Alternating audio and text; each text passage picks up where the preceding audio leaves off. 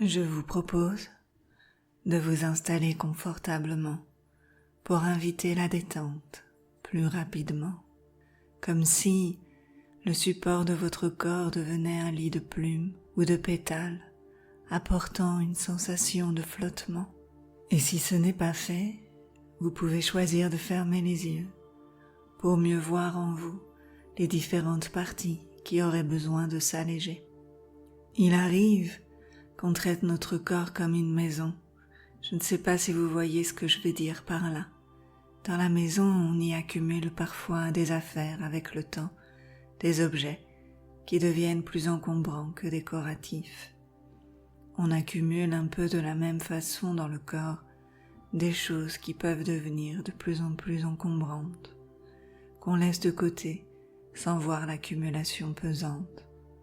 Et peut-être qu'aujourd'hui est le bon moment pour vous soulager. Vous pourriez faire un tri pour vous alléger, créer un nouvel espace pour accueillir le calme, la joie, les nouveaux projets.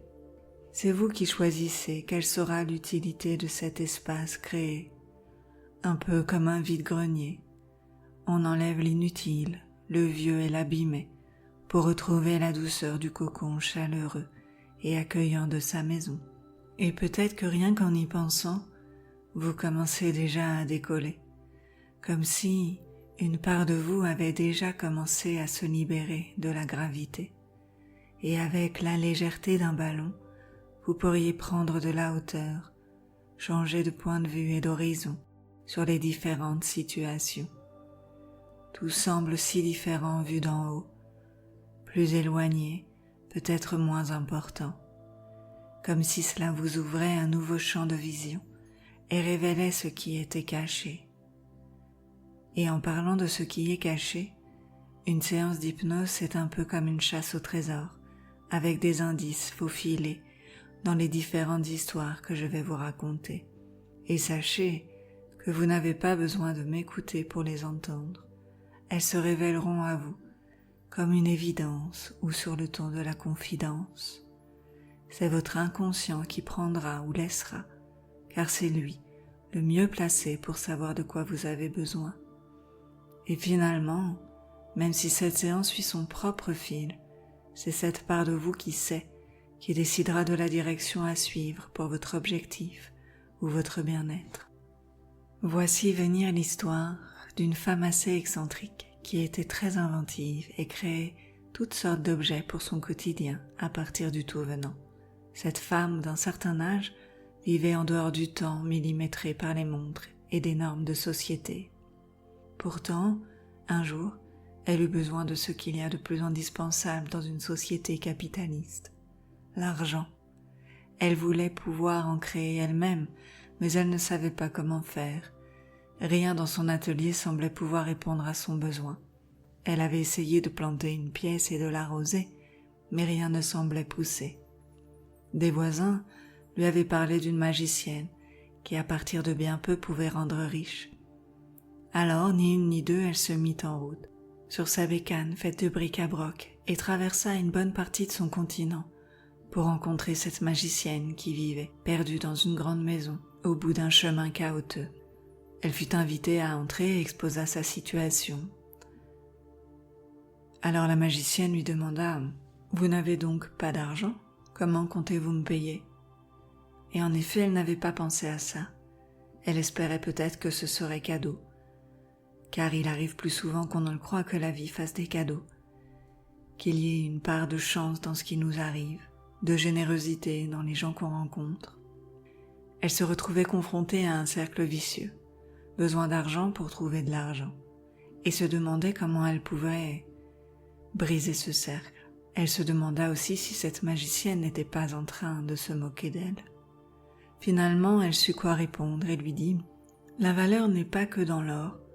Peut-être que je pourrais vous rendre service. Je vois qu'il y a des choses cassées à réparer dans votre maison, et votre jardin est en friche.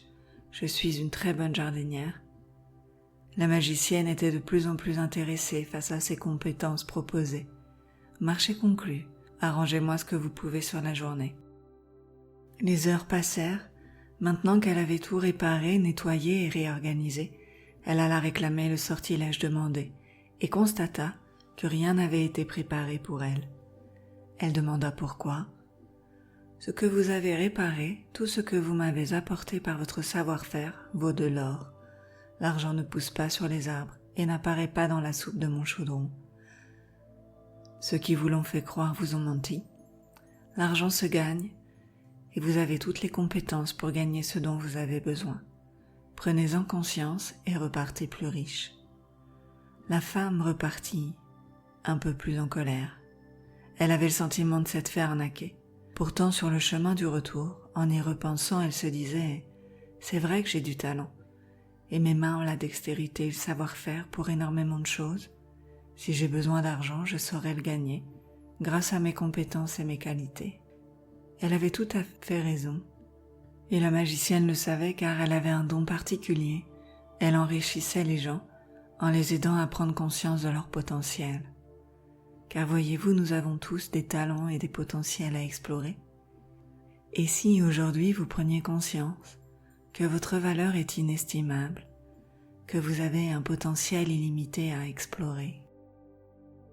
Sans doute connaissez-vous l'histoire d'Alice au pays de merveilles et du fameux lapin qui ne cesse de courir après le temps, la montre à la main, criant qu'il est en retard pour aller où personne ne sait, peut-être même pour aller nulle part, car à vouloir tout faire ou tout voir, on ne fait rien. L'homme de mon histoire était un peu comme ça. On avait toujours l'impression qu'il était en pleine course, qu'il y avait toujours quelque chose à faire pour bâtir je ne sais quel empire. Tout simplement faire ses preuves en tant qu'adulte, que ce soit au travail, en amour, en amitié, finalement à vouloir sans cesse tout vouloir faire seul, à vouloir toujours faire ses preuves, lui qui voulait être considéré comme une personne fiable, sur qui on pouvait compter, il obtenut le résultat contraire. Il devint de plus en plus dispersé. Il n'avait pas compris qu'il y avait différentes façons d'être un homme, qui pouvaient être différentes des modèles reçus, plusieurs chemins et plusieurs rythmes possibles pour trouver celui qui nous convient. Je ne sais pas quel a été le déclic, mais je crois qu'un jour, il a cassé sa montre pour mettre le temps en pause et passer des journées à vivre à sa propre allure, en équilibrant le temps pour les autres et le temps pour lui, en se concentrant un peu plus sur ce dont il avait envie, sur ses besoins. Il devint un homme chaque jour un peu plus épanoui. Et je ne sais pas si c'était votre cas, mais souvent les enfants ont hâte de devenir grands, certains pour se libérer des injonctions et faire tout ce dont ils ont envie, et d'autres simplement pour découvrir de nouvelles conditions de vie. Il n'y a pas que la liberté qui s'offre à nous en grandissant. Il y a aussi toutes les autres responsabilités, mais il y a surtout celles qu'on s'inflige, qu'on s'impose et qui peuvent nous peser. Alors, que diriez-vous d'apprendre à vous lâcher la grappe, en cet instant de vous accorder le droit de vous foutre la paix, de temps en temps, juste pour profiter. À présent, je vous propose d'imaginer être dans votre jardin intérieur. Le liseron, cette plante qui s'enroule autour des plantes, a pris le dessus et étouffe la vie végétale. Alors vous dégagez le jardin de tout ce liseron, vous l'arrachez pour libérer l'espace. Vous redécouvrez ainsi tout le potentiel en vous. Et maintenant, vous semez des graines de joie, de confiance, de nouvelles croyances positives, des graines d'idées qui pourront devenir des projets. Voyez votre jardin refleurir, retrouver vie. Votre inconscient va continuer d'agir pour que vous retrouviez confiance en vous, que vous vous fassiez confiance dans vos choix, vos prises de position. Observez-vous dans quelques jours, quelques semaines, déjà plus confiant, confiante. La vie est plus fluide et plus lumineuse, car vous osez plus facilement, vous vous affirmez plus naturellement. Imaginez de quelle façon positive cela change votre vie.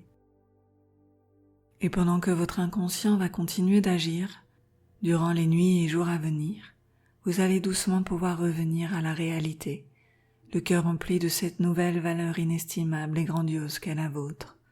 Et à votre rythme, vous allez pouvoir ouvrir les yeux, ici et maintenant.